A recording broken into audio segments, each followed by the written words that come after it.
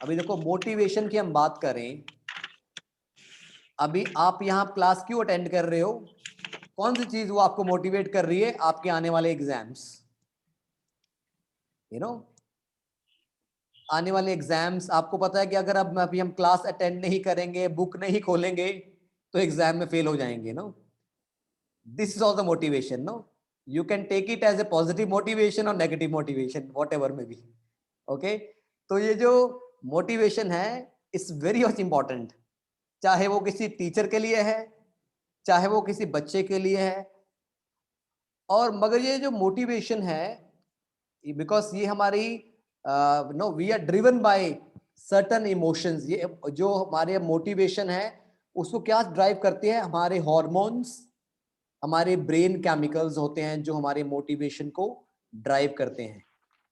तो I think मुझे इसके ऊपर ज्यादा एक्सप्लेनेशन देने की जरूरत नहीं है, because I think it's a very simple term, but you know, तो इसलिए I will not have much interaction over here. Motivation is a set of internal and external forces that cause an employee to choose course of action to engage in certain behavior. अभी motivation क्या है? ये आपकी internal और external force है, you no. अभी internal force आपके अंदर से है, यू नो, कि इंटरनल फोर्स क्या है आपकी? वो है कि आपको डिग्री मिलने वाली है, you will be graduated in bachelor of education. This is internal force which is connected with your internal satisfaction, is it? External forces क्या है? कि आपको बीएड करने के बाद अच्छी जॉब मिल जाएगी, बीएड का स्केल मिल जाएगा। अगर आपकी सैलरी पहले 15 है, वो आपकी 20, 25, 30 हो जाएगी अगर आपने टेस्ट कुछ क्लियर कर दिए। और एम आई राइट? वो है आपके एक्सटर्नल फैक्टर्स जो आपको हेल्प करते हैं इस कोर्स को चूज करने के लिए जो आपने लिया है। मैं आप ही की एग्जांपल दे रहा हूं, इज इट? तो अगर हम देखें टाइप ऑफ मोटिवेशन, जो मोटिवेशन है वो दो टाइप की है। जो मोटिवेशन, एक है एक्सट्रिंसिक मोटिवेशन, दूसरी है इंट्रिंसिक। अभी एक्सट्रिंसिक जैसे मैंने ऑलरेडी एग्जांपल दे चुका हूं, वो क्या है? आपकी सैलरी, आपके bonus, perks, organised activities, promotion and grades, punishment and layoffs. अभी आप स्कूल क्यों जाते हो? यू नो, उसके दो कारण है ना।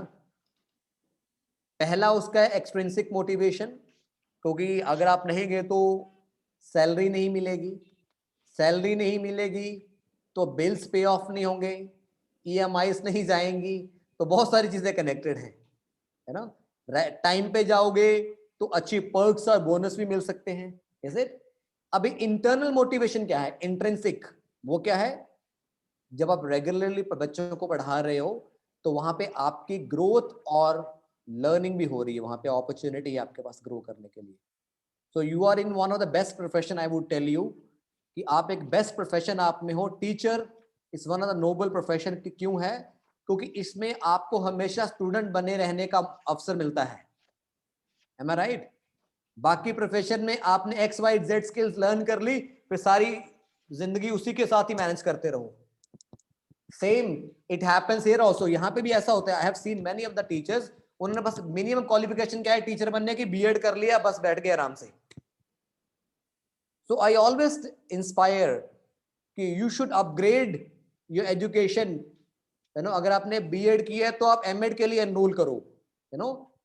तो इसलिए ये बहुत इंपॉर्टेंट है कि ये सिर्फ नहीं कि आपने सिर्फ कि आपकी रिक्वायरमेंट नहीं है, चलो आपको मिनिमम रिक्वायरमेंट आपको टीच करने के लिए क्या चाहिए? सिर्फ बीएड। मगर आप अगर आप उसके बेनिफिट्स देखो, उसके एक्सट्रिंसिक मोटिवेशन क्या है? अगर आप एमएड कर लेते हो तो उसके बाद आप एक कॉलेज में लेक्चरर लग सकते हो एजुकेशन के, आप एक प्रिंसिपल के लिए एलिजिबल हो सकते हो। तो देर आर बहुत सारे बेनिफिट्स होते हैं एमएड प्रोग्राम करने के। अभी इस साल भी हमारी बीएड से ज्यादा एडमिशन एमएड में हुई है, क्योंकि they have understood the benefits of it, you know. तो मैं आपको यही हमेशा सजेस्ट करूंगा कि always go for the bigger master level programme. देखो अभी अगर डॉक्टर ललित की बात करूं, ही इज डबल पीएचडी। अभी इनके ये सेकंड पीएचडी खत्म होने वाली है, अभी तीसरी के लिए प्लान कर रहे हैं, यू नो। तो दैट मीन्स यू नो, तो वो चीज मुझे भी इंस्पायर करती है. I am planning for my another masters this year and then I am planning for my PhD as well, you know. तो नॉट बिकॉज, क्योंकि ये हमारे लिए एक इंट्रिंसिक मोटिवेशन है, यू नो. तो चैलेंजेस हमेशा रहेंगे, हमारा घर का सिचुएशन ऐसी है, all those things will be there, मगर ग्रोथ तभी होती है जब हर्डल्स के बीच में से, दैट इज द मोटिवेशन. अगर आप देखो किसी भी इंसान को ले लो जिसने अपने लाइफ में कुछ किया है, उसने मुश्किलों में से ही हुआ है. एक अब सॉन्ग होता है, मैं और डॉक्टर ललित हमेशा वो सुनते हैं, ये मत कहो खुदा से, सुना हो ना आपने, ये मुश्किलें बड़ी हैं, इन मुश्किलों से कह दो मेरा खुदा बड़ा है. तो दिस इज अ मोटिवेशन. तो मैं जब लो फील करता हूं, मैं और सर ये सॉन्ग सुनते हैं अपनी गाड़ी में ना. तो ये सारी चीजें हैं, हर एक छोटी छोटी चीजें हैं जो हमें क्या करती हैं, इंट्रिंसिक मोटिवेशन देती हैं, यू नो. तो ये बहुत ही इंपॉर्टेंट है. अभी मैं डॉक्टर ललित, हम एजुकेशनिस्ट भी हैं, हम पार्टनर्स भी हैं, हम एक स्पिरिचुअल सपोर्ट भी एक दूसरे के लिए, यू नो. तो वो सारी क्या करती है, इंट्रिंसिक मोटिवेशन करती है एक दूसरे को ग्रो करने के लिए. उसमें क्या आता है, सोशल कॉन्टेक्स्ट एंड स्टेटस आ गया, क्यूरियोसिटी आ गई, respect and honour, you know. तो ये सारी चीजें क्या करती हैं आपको. अभी आई हैव सीन मैनी, अभी मैंने पिछले दिनों में देखा कि बहुत सारे लोग अपने आईटी वाला प्रोफेशन छोड़ के टीचिंग में आ रहे हैं. क्यों? उनको वहां पे जॉब्स, सैलरियां तो मिल रही हैं, मगर रिस्पेक्ट एंड ऑनर नहीं है, you know. I have seen people living there. अभी देखो, एक बंदे ने बीटेक की है, अगर उसको टीचिंग में जाना है, उसको बीएड फिर करनी पड़ेगी, देखो, इज इट. तो that means this is how important it is to stay in the field. Okay, तो ये सारी आई थिंक मैंने आपको थोड़ा सा रियल लाइफ एग्जांपल्स आप ही की लाइफ के साथ कनेक्ट करके किया है कि आपने अपने आप को इंट्रिंसिक वे में मोटिवेट करना है, अपने आप को अपग्रेड करने में. ओके, अगर आपकी वर्जन अभी 4.0 है तो अगले साल वो 5.0 होनी चाहिए. नहीं, अगर आप ओल्ड वर्जन के साथ चलोगे तो कभी भी हैंग हो जाओगे. ओके, तो इसलिए हैंग नहीं होना है तो हमेशा अपने आप को अपडेटेड रखना है, इंट्रिंसिकली मोटिवेटेड रखना है. Are we together guys? Alright, moving on to the, let's look at some of the techniques to enhance motivation. Okay, this is important for B.Ed ना. तो ये बहुत ही इंपॉर्टेंट, आई थिंक ये sir आता है अपने, आता है 10 मार्क्स में, आता है ना, 10 मार्क्स में आता है ये. दिस टॉपिक इज इंपॉर्टेंट जी, वेरी इंपॉर्टेंट. तो इसमें बहुत सारी टेक्निक्स हैं, जैसे मैंने आपको बताया ना कि मैंने आपको बहुत सारी एग्जांपल्स दे दी टेक्निक्स एनहांस को मोटिवेशन करने के लिए. एक तो अंदरूनी मोटिवेशन होगी, एक बाहरी, यू नो. तो बहुत सारे अभी टेक्निक क्या है, हेल्दी एनवायरनमेंट. अब जहां पे आप वर्क कर रहे हो वहां पे कूड़ा पड़ा इधर उधर आपके चारों ओर, आपका रूम शैबी है, डू यू थिंक वो आपको मोटिवेट करेगा काम करने के लिए? नहीं. एनवायरनमेंट हेल्दी होना बहुत इंपॉर्टेंट है, यू नो. Secondly coach. अगर आपके लाइफ में कोच नहीं है, मेंटर नहीं है, जैसे मैं सर एक दिन बात कर रहे थे कि अगर आप अपने स्पिरिचुअल लाइफ में अपने आगे जाना है तो गुरु के बिना गति नहीं है, इज इट. तो एक गुरु का, एक कोच का, एक मेंटर का, एक टीचर का एक स्टूडेंट में लाइफ में होना बड़ा इंपॉर्टेंट है. जैसे आप किसी के गुरु हो तो आपका कोई गुरु है कि नहीं, कि I am the almighty, you know. कई बार मैं अपने आप की ऑलमाइटी समझ लेता हूं कि I am all in all, is it, कि मुझे अभी और किसी गुरु की जरूरत नहीं है. We should always seek, you know, guidance, coaching. Competition, competition भी एक वन ऑफ द, अगर कंपटीशन नहीं है, अगर देखोगे, अगर आप बच्चे पढ़ रहे हैं मगर एग्जाम नहीं है, अभी देखो आप पढ़ रहे हो किस लिए, कम, यू नो, ये एक हेल्दी कंपटीशन है, यू नो, कि जहां पे आप पढ़ रहे हो to get through the exam, जिसके बाद आपको डिग्री मिलने वाली. इक्विपमेंट्स. अगर आपके पास इक्विपमेंट्स, नोट्स नहीं है, जैसे आपने एडमिशन तो ले ली, अभी बहुत सारे बच्चे हम देख रहे हैं कि जिन्होंने हमारे थ्रू एडमिशन नहीं ली थी, बहुत सारे बच्चे they been really struggling to get notes and material, you know. but what we do as the organization, because we work with some of the very good ethics, that कोई भी हमारे पास बच्चा आ रहा है ना, तो we make sure that he is guided and given all the equipments on time, because ये हमारी ethical duty है. अगर हम वो नहीं कर रहे तो we are not being ethically right. You know, अभी देखो बच्चा जब स्कूल में एडमिट होता है तो उसको साथ ही उसका बैग मिल जाता है, उसकी बुक्स मिल जाती हैं, all the equipments are ready. अभी उसने नहीं पढ़ना है, फेल होना है, that's a different thing. मगर उसको बुक्स मिल गई हैं, इक्विपमेंट्स हैं सारी. This is praise and criticism. अभी praise and criticism is what? Positive and constructive feedback. बच्चे को मोटिवेट भी करना है, अगर टाइम आए तो उसको पनिश भी करना है. पनिशमेंट में बात थप्पड़ मारने की बात नहीं कर रहा हूं, या उसको फिजिकल पनिशमेंट की बात नहीं. आई एम टॉकिंग अबाउट कि we should also take away certain favours. This is a new way of punishment. मारना उस चीज का हल नहीं है, उनके फेवर्स ले लो, वो अपने आप ही लाइन पे आ जाएंगे. Is it? Withdraw the favours, okay, and the certain things. Reward is very important. अभी बिहेवियर कैसे वर्क करता है? जिस बिहेवियर के लिए आप रिवॉर्ड करोगे वो रिपीट होता है, जिसके लिए पनिश करोगे वो डिक्रीज होता है. स्कॉलरशिप. अभी देखो, scholarship is one of the way जहां पे बहुत सारे बच्चे होते हैं, वो बहुत अच्छा परफॉर्म करते हैं ना. कई बार उनको अब्रॉड से स्कॉलरशिप मिल जाता है, full fledged scholarship. This is one of the is motivation for them to go head. और punishment is again, reward and punishment also goes together. I told it's also important. Progressive records. अभी जो records हैं वो भी important है. जैसे आपको आपके पास अपना रिपोर्ट कार्ड नहीं मिलेगा आपको पिछले सेमेस्टर का कि आपने कितने मार्क्स आए हैं, तो आप नहीं देखोगे ना. उसी की बेसिस पे आप अगले सेमेस्टर में थोड़ा और जोर लगाओगे, इज इट, ताकि मेरा अच्छा ग्रेड बन जाए फाइनल तक. Presence of others. दूसरों की प्रेजेंस होना बहुत ही इंपॉर्टेंट है. जब आप पढ़ाई कर रहे हो, अगर टीचर की प्रेजेंस, कई बार मैंने देखा कि टीचर की प्रेजेंस ही काफी होती है बच्चों को पढ़ाने के लिए, एक पेरेंट्स की प्रेजेंस ही काफी होती है. यू नो, मैं हमेशा पेरेंट्स को बोलता हूं कि आपके बच्चों को आपके प्रेजेंस से ज्यादा आपके प्रेजेंस की जरूरत है.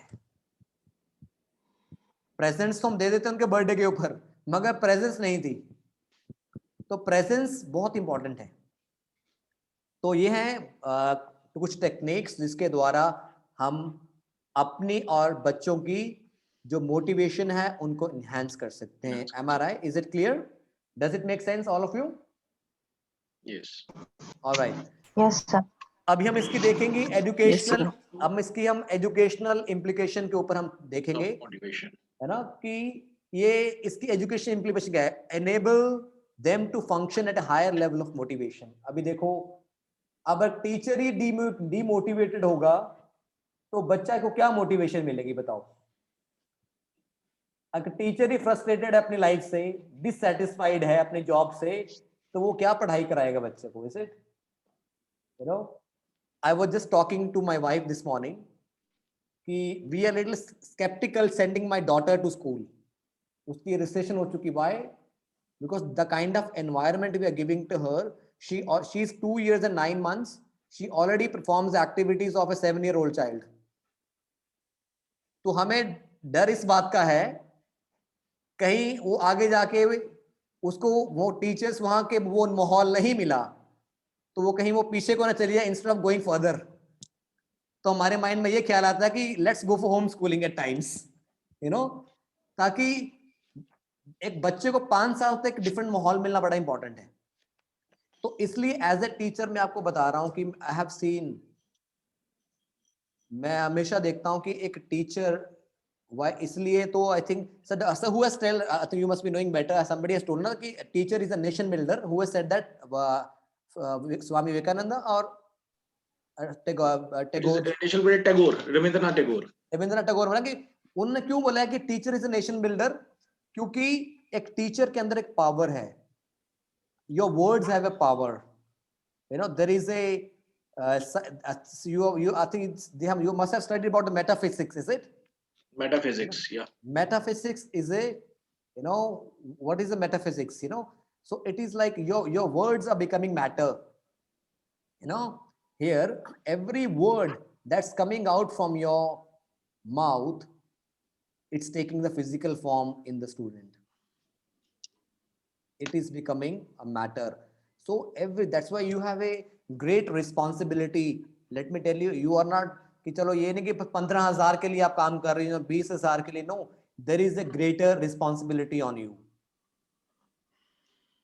Greater responsibility कि 50 बच्चों के 100 पेरेंट्स, मदर फादर दोनों आप अकेले ऊपर ट्रस्ट, ये सोचकर ट्रस्ट कर रहे हैं कि our child is in the safe hand.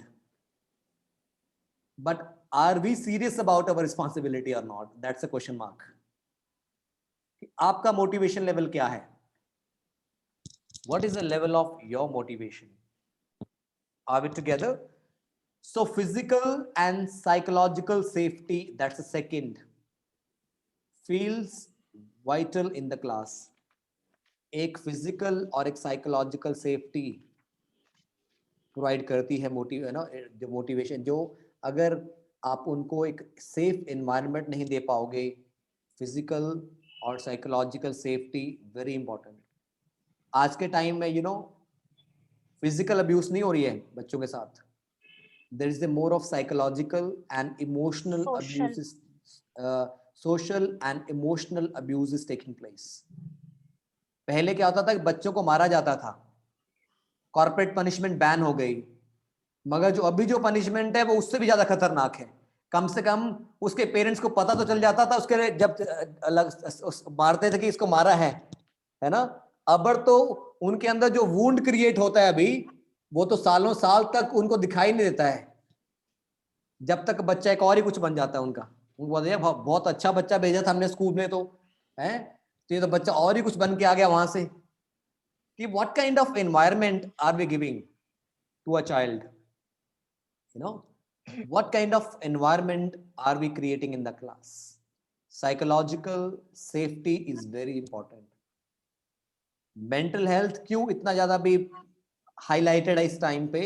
क्योंकि आपकी फिजिकल हेल्थ से ज्यादा आपकी मेंटल हेल्थ इंपॉर्टेंट है. You will learn about mental health in your MEd when you do your masters program. So I always see, मैं आपको suggest करूंगा, see this year I'm also going to take up my MEd program, not because that I require it. I don't have to be a teacher.